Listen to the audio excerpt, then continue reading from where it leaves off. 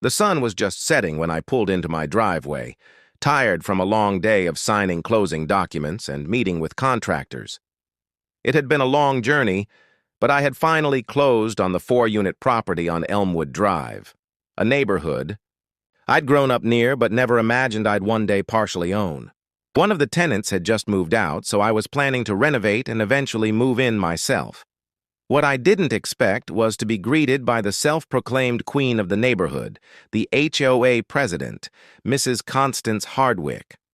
She stormed over the moment she saw my truck, clipboard in hand, her heels clicking on the pavement like a judge about to render a harsh sentence. Before I could even greet her, she launched into a tirade. "You can't park here! And that gate, why is it shut? This is an HOA-regulated neighborhood, and you need permission to make changes." Her tone was sharp, accusatory, and utterly devoid of curiosity. I stayed calm. "I just bought the property, ma'am. I'm the new landlord here. The gate is on private property, and I'm securing it for renovations." But she wasn't hearing it. "You what? That's impossible. I would have known if someone was buying property here. I am the HOA president." Trying not to laugh, I walked toward the gate. She followed, yelling about bylaws and citations. I politely told her I had already spoken with the city and had all necessary permits.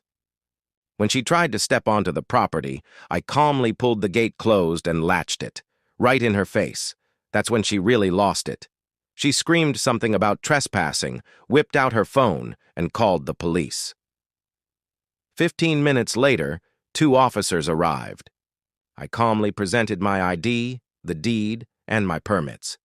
The officers asked her to calm down, and one even quietly apologized to me.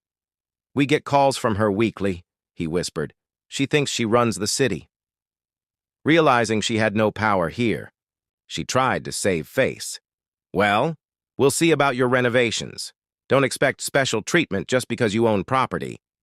I smiled. "Of course not, Mrs. Hardwick, but next time maybe ring the bell before entering someone else's land. Oh, and by the way, your lease renewal's coming up. I'd be happy to discuss it next week." Her face went white. She didn't know. She was a tenant in my building. Now that shut the gate on her power trip.